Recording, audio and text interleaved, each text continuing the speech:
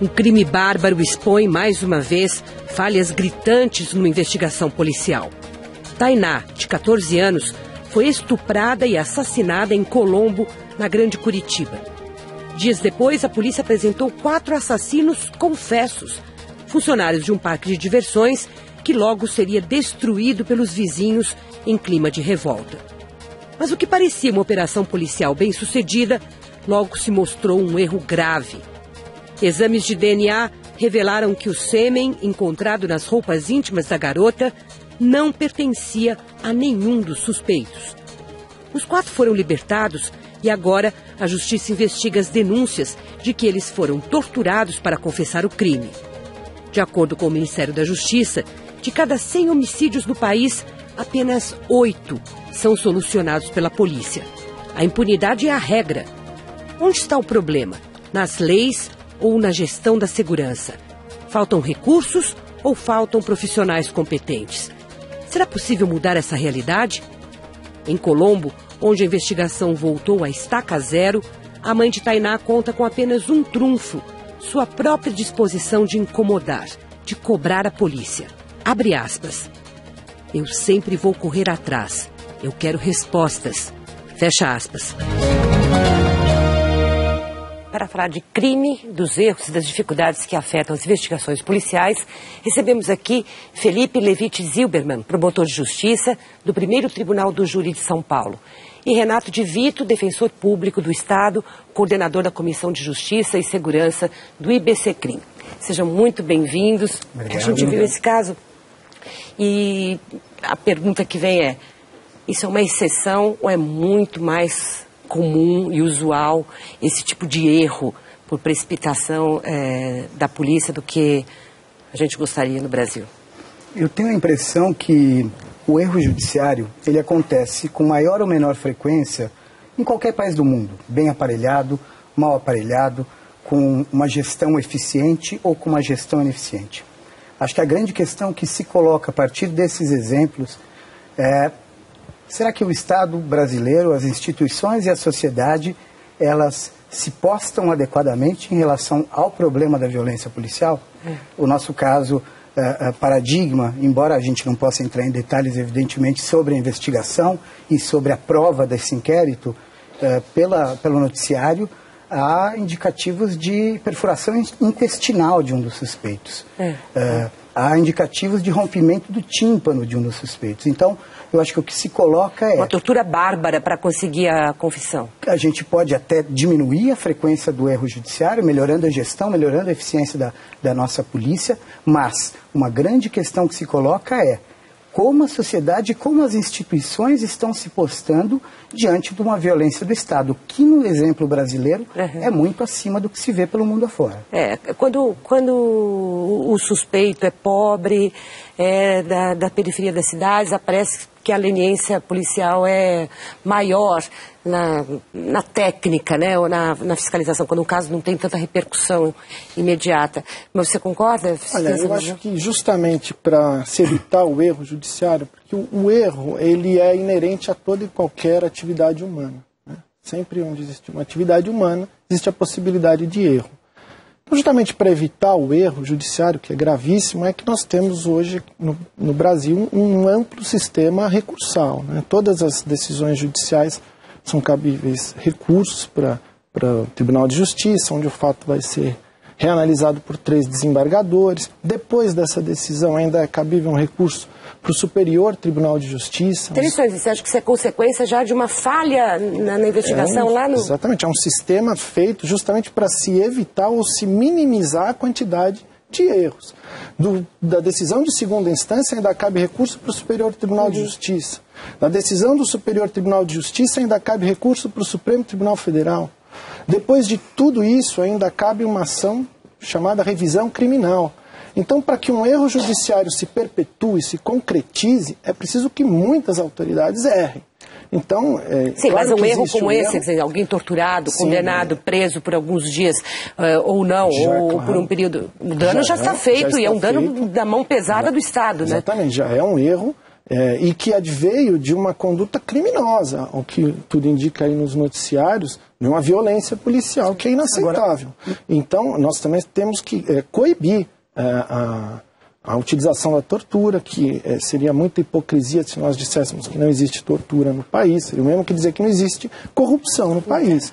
Me parece, Felipe, se me permite, que o problema é que, embora a gente tenha um sistema recursal bem elaborado, com garantias de se pelo menos formalmente chegar até Brasília, ao STJ, ao STF, na defesa de um indivíduo suspeito, a investigação enviesada, quando o inquérito policial ele é mal instruído, mal formulado, seja do ponto de vista da colheita daquela prova testemunhal, pessoal, da oitiva, dos interrogatórios, seja do ponto de vista da prova técnica, muito dificilmente se corrigem esses defeitos no curso do processo. E aí nós entramos no problema de uma concepção punitivista da sociedade que vê na figura, muitas vezes, daquela pessoa que pode ter antecedentes criminais, mas eu tenho a impressão que há uma diferença diametral entre a concepção brasileira e norte-americana, por exemplo, em que a gente admite lá nos Estados Unidos a pena de morte, mas não se admite em hipótese nenhuma que um agente do Estado rompa com as regras do jogo, com as regras do processo. Há uma leniência em relação ao aprimoramento da nossa própria polícia e dos nossos métodos de investigação que comprometem sobremaneira a investigação de uma forma irremediável. Mas há um jargão, assim, do judicial e policial também, de que a confissão é a rainha de todas as provas. Portanto, já que é tão difícil conseguir todo o resto do conjunto de provas, porque a perícia é falha, tudo que a gente pode analisar aqui, vamos obter logo a confissão, porque com isso o problema está resolvido. E a confissão não é a rainha de todas as provas, porque eu reputo a rainha das provas a prova pericial, a prova técnica, a prova científica. Nós que trabalhamos no Tribunal do Júri, já tive a oportunidade de realizar vários julgamentos com o doutor Renato, é uma honra uma vez mais aqui nós debatermos. Nós sabemos disso, que a boa prova, a prova que nos traz a plena convicção acerca da verdade dos fatos, o que nós buscamos num processo é esclarecer a verdade do que aconteceu. Ninguém deseja a punição de inocentes e tampouco a absolvição de culpados. Nós queremos esclarecimento do que aconteceu. E a prova que nos traz essa segurança, a prova que traz a segurança ao julgador, aos jurados ou ao juiz, é sobretudo a prova técnica, a prova científica. Mas onde que a nossa polícia mais falha? Porque os números são estarrecedores, ou seja, vocês mesmos apontam esse dado. No Tribunal do Júri aqui, processos que chegam ao Tribunal do Júri, a maior parte é arquivada. 80% é arquivado. Só 20% vão até o fim com resultado, seja absolvição ou condenação. Já é muito, isso em São Paulo, que é considerado um dos estados que ainda faz uma prova, um inquérito policial um pouquinho melhor. Talvez haja estados com mais deficiências ainda. Eu não sei se a gente tem indicadores para afirmar isso. Esse é um outro grande problema. Nós não avaliamos políticas públicas de segurança porque não existem indicadores precisos para isso. Confiáveis. E a administração pública, a administração da segurança pública não se preocupa em cada vez mais aprimorar esses indicadores, porque a gente possa concluir. A nossa polícia é mais eficiente do que a polícia do Rio de Janeiro, aqui em São Paulo? Talvez seja uma lenda, né? Um mito desse que está sendo... O que eu tenho certeza é que a polícia técnica paulista tem toda a condição de fazer uma investigação de primeira linha. Se eu pego, por exemplo, um caso de repercussão, como o caso Nardoni, se nós fizermos uma análise técnica daquele inquérito, da atuação da polícia técnico-científica, o caso é irretocável. O problema é que o padrão que nós vemos de investigação e da polícia técnica nos processos que envolvem a média daquele cliente preferencial, vamos dizer assim, do sistema de justiça, que é o pobre e o negro, esse padrão nunca se repete. É raro o caso, por exemplo, do homicídio tentado, que eu tenho o exame do local. Aquilo que a gente vê lá no CSI, puxa, a gente faz lá a coleta de pelo, de digital, isso e aquilo, sequer a polícia técnica chega num homicídio tentado aqui em São Paulo como regra. Então, realmente, é muito difícil. Mas há certas exigências que eu acho que constam até do Código de Processo Penal, ou seja, o delegado tem que comparecer num caso de homicídio, ou num caso mais grave, não é? Eles nunca vão. As pesquisas dizem que o policial não tem isso que a gente vê no cinema, que é a faixa de plástico para isolar o local do crime, mexe no corpo. Mas por que há essa leniência? O que existe é uma insuficiência, e eu acho que não apenas na polícia, em todos os setores que estão ligados à prevenção do crime e à repressão. Então, desde a falta de investimento em políticas públicas, mas também falta de investimento no policiamento preventivo, falta de investimento na polícia civil investigativa e na polícia científica. Se é verdade que a polícia civil, a polícia científica hoje tem equipamentos que permitam a realização de uma perícia de ponta, também é verdade que eles não têm condição de fazer isso em todos os casos, porque nós temos um enorme número de homicídios e não há nem equipamento para esse mesmo padrão de qualidade em todos os casos, nem material humano para isso. Então, nós temos hoje uma deficiência muito grande de policiais, de peritos, de equipamentos, que não permitem uma investigação como essa do Mas será que não tem também problemas de processos? Sim. Ou seja, as regras que deveriam ser cumpridas numa investigação de crimes, pelo menos alguns dos 10 passos do decálogo, que se cumprisse 6, talvez... Mesmo o protocolo legal hoje, que é colocado lá no Código de Processo Penal, não é cumprido. A matéria foi muito feliz quando perguntou: será que o nosso problema são as leis? Será que o nosso problema é a gestão? É a estrutura? Eu tenho a impressão de que a gente tem basicamente um problema de modelo, que no Brasil, curiosamente, a gente tem 2 polícias, na verdade uma centena de polícias pelo nosso desenho constitucional, mas uma polícia que é investigativa e outra ostensiva que não se comunicam adequadamente, pelo menos. E dentro da polícia ostensiva, que é a que está cara a cara com o conflito, com a violência, que é a polícia militar, a gente tem 2 castas. Isso só ocorre no Brasil, que são os praças e os oficiais. Então, aquele que comanda o policiamento de rua nunca teve na base, no policiamento de trânsito, ao contrário do que acontece na polícia norte-americana. Então, a gente tem um problema de modelo e, principalmente, além da estrutura e dessa questão, nós temos hoje mais de 150 mil pessoas na polícia paulista. 100 e tantas na militar, 30 na civil, não sei quantas mil na polícia técnico-científica. Eu acho que é um problema de gestão.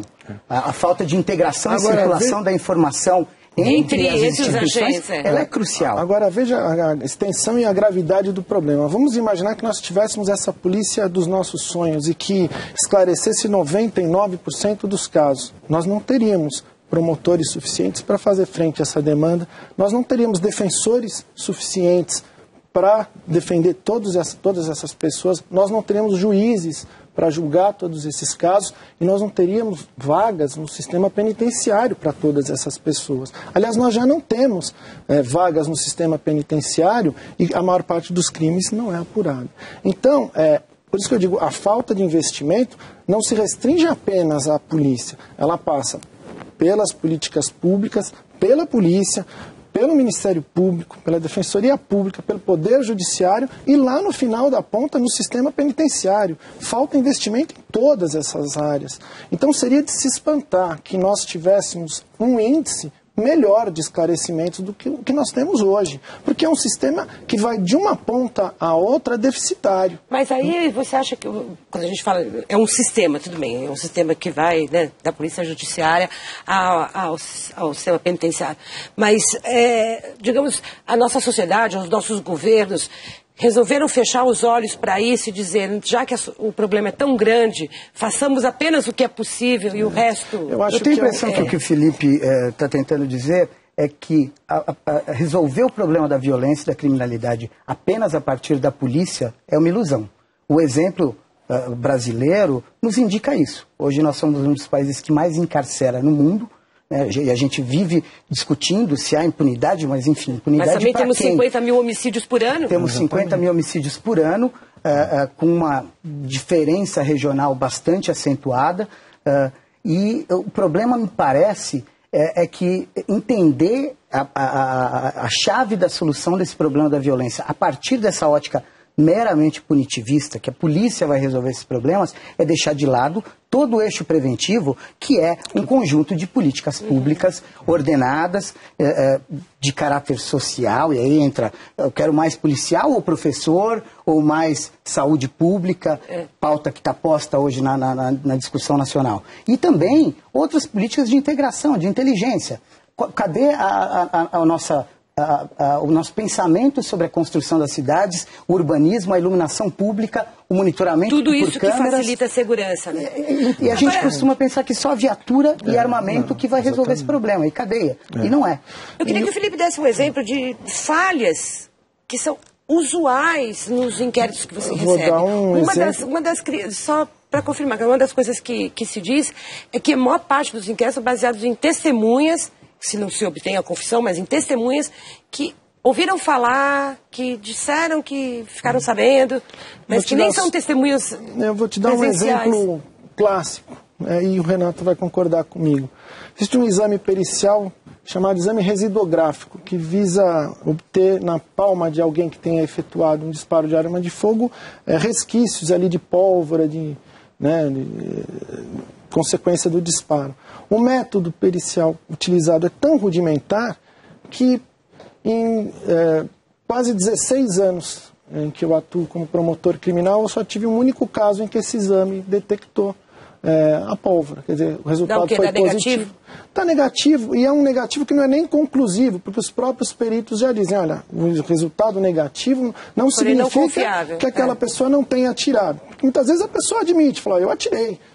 Às vezes o réu alega, fala, eu atirei sim, atirei para me defender, e vai fazer o exame residográfico, dá negativo.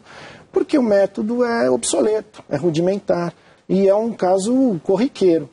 E a questão da prova testemunhal, ela também tem uma gravidade muito grande, e eu não me refiro, obviamente, a essas pessoas de ouvir dizer, porque isso não tem valor jurídico, não serve para uma condenação, não traz segurança. Diariamente nos tribunais as pessoas sejam condenadas com uma prova semelhante. O testemunho de ouvir dizer não passa de uma fofoca, né?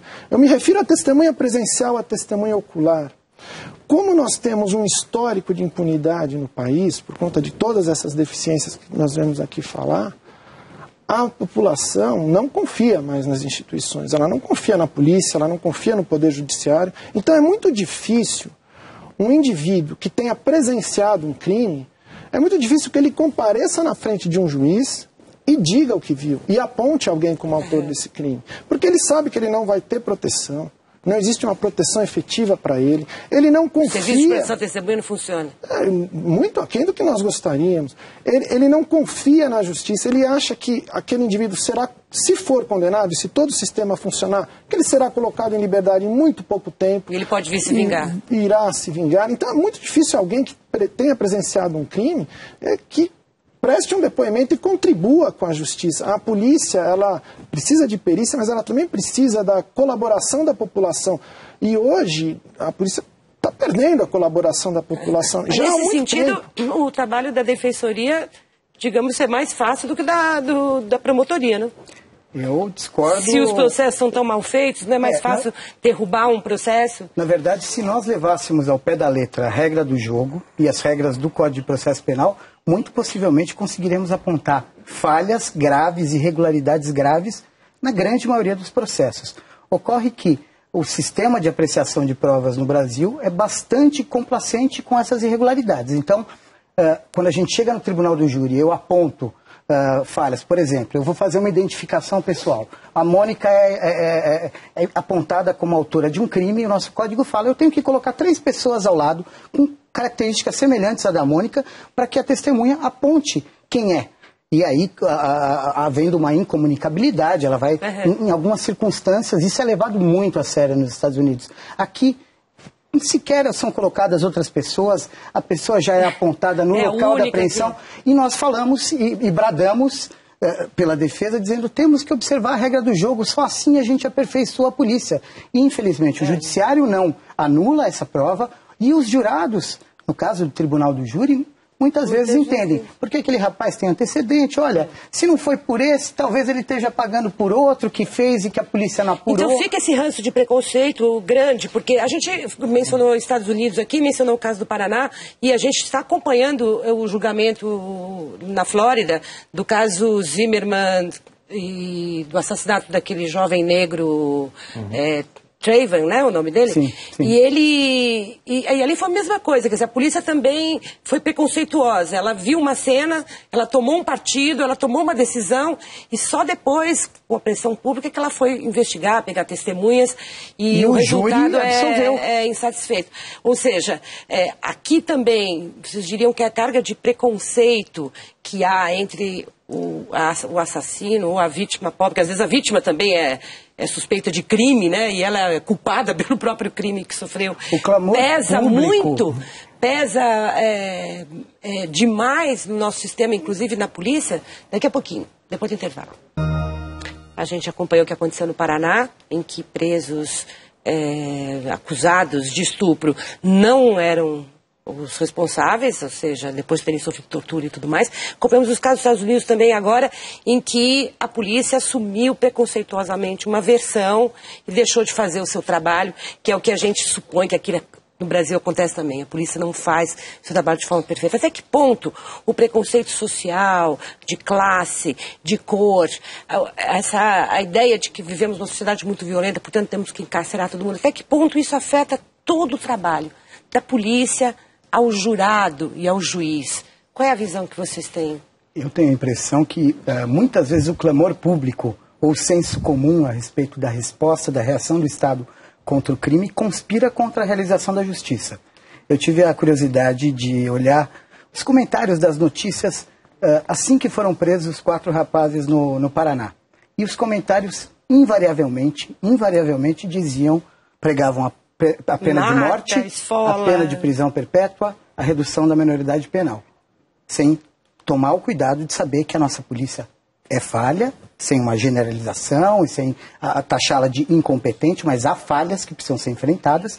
Então, acredito que a gente tem que ter um certo distanciamento. O tempo da justiça tem que ser o tempo com calma, de reflexão, para que um promotor receba aquele processo, consiga olhar distanciado daqueles fatos, a pessoa tenha direito a um julgamento justo, com as regras do jogo sendo observadas. Confio muito no júri, mas acredito que é uma caixa de ressonância da sociedade. Acho que as respostas normalmente são justas. Agora, o clamor público, a interferência, o pedido de punição, muitas vezes é um ruído, uma interferência para um julgamento justo. Por outro lado, o distanciamento também atrapalha a coleta de provas, né? Mas o clamor público, ele deve realmente, o jurado, o julgador, ele deve se afastar desse clamor, ele deve examinar a causa com imparcialidade. Aliás, esse é o compromisso que o jurado assume quando ele está no tribunal do júri, de decidir a causa com imparcialidade, de acordo com a lei e de acordo com os ditames da justiça. Ele realmente deve se afastar do clamor para passar a analisar da melhor maneira possível aquele conjunto probatório que está ali,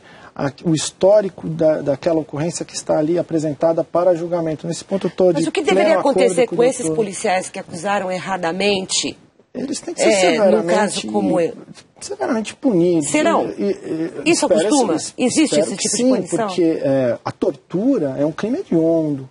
Não é possível que haja nenhum tipo de benefício ou nenhuma complacência das autoridades com aquele policial que tortura. O policial que tortura, ele é tão bandido, ou ele é mais bandido do que os criminosos que ele pretende punir. Então nós não temos que ter nenhuma tolerância com o policial mau policial, com o torturador, ou com aquele policial que se excede no cumprimento do seu dever e pratica por aí execuções sumárias. Mas o número de condenações é muito baixo.